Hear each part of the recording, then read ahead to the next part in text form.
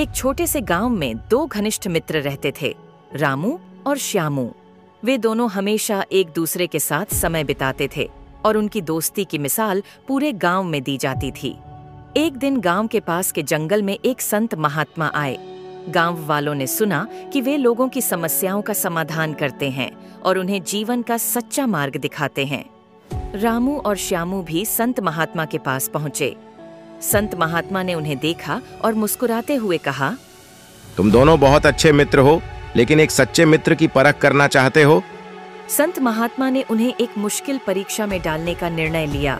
उन्होंने कहा, तुम दोनों को इस जंगल में जाना होगा और एक अनमोल खजाना ढूंढना होगा, लेकिन याद रखना, यह खजाना केवल वही व्यक्ति पाएगा जो सच्चा और निस्वार्थ हो। रामू और श्यामू ने अपने सफर की तैयारी की और जंगल की ओर चल पड़े। चलते चलते उन्हें एक बकरी का बच्चा मिला जो कांटों में फंसा हुआ था और दर्द से चिल्ला रहा था। रामू ने सोचा, हमें जल्द से जल्द खजाना ढूंढना है, बाद में इस बकरी की मदद करेंगे। लेकिन श्यामू ने कहा, नहीं रामू, हमें पहले इस बकरी की मदद करनी चाहिए। श्यामू ने बकरी के बच्चे को कांटों से निकालकर सुरक्षित स्थान पर पहुंचा दिया।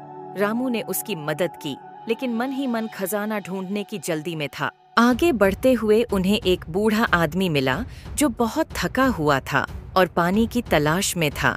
रामू ने फिर से जल्दी करने को कहा, लेकिन श्यामू ने अपने पानी की बोतल बूढ़े आदमी को दे दी और उसकी मदद की।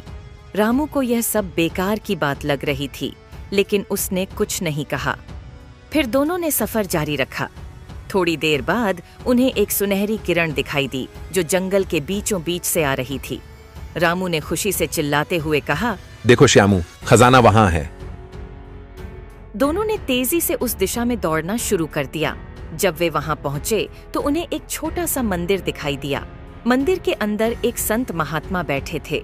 उन्होंने दोनों को देखा और कहा, तुम दोनों ने कठिन परीक्षा पास की है, लेकिन खजाना केवल उसे मिलेगा जिसने सच्चाई और निस्वार्थता से काम किया हो। महाराज, ये खजाना रामू और मेरे बीच बराबर बंटना चाहिए, क्योंकि बिना रामू की मदद के मैं यहाँ तक नहीं पहुँच पाता। तुम दोनों ने सच्चे मित्र की परख में उत्तीर्ण हो गए हो। यह खजाना तुम्हारी दोस्ती का प्रतीक है। हमेशा एक दूसरे के साथ खड़े रहो। रामू और श्यामू ने खजाने को गांव में लाकर सभी के साथ बांट दिया। तब से गांव में उनकी दोस्ती और निस्वार्थता की मिसाल दी जाने लगी।